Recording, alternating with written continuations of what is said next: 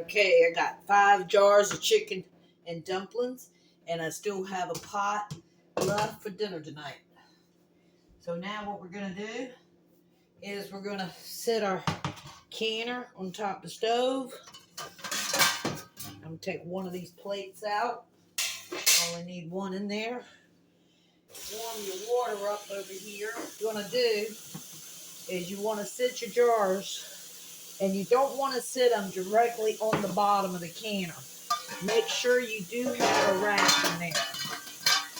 And at the bottom of your canner, you have a rack to set your jars on. Make sure your jars are hand tight and sit them in here. Do not let the jars touch each other, and do not sit them upside down. And what you're going to do, these jars are hot, so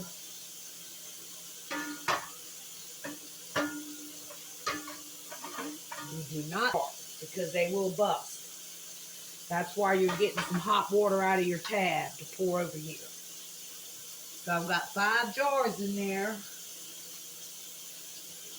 and that's all that can fit in my can of hot water.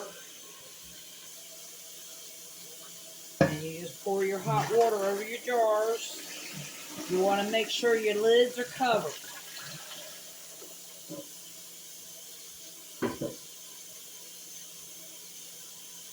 Okay, put a little bit more water in there to cover the top. And you want to make sure when you do your canner, you put it on top of your stove and put all your stuff in it, because you're not going to be able to lift that. It's going to be too heavy. Plus, I'm using a glass top stove, and you don't want to slam it down because you will break the top of your stove.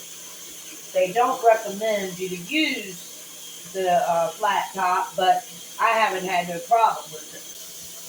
I just don't slam it down. Okay, my tops are covered. And this, if you have a pot filler, would work great, but I don't have a pot filler. So then you're going to put your top on.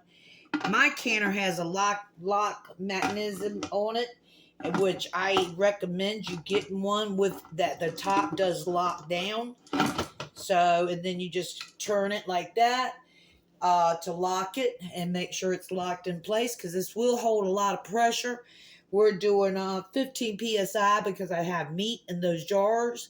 So, and we want to make sure it takes a seal. So then I turn my stove on high, and it's going to take an hour or 90 minutes, somewhere along that, till my gauge will tell me. I have a canner that has 1, 2, 3 on it, and you read your manual, it'll tell you 2 is for 15 psi. So I gotta wait till it gets to 2, and then you make sure you turn your knob on 2, and when your gauge gets to 2, it'll be done.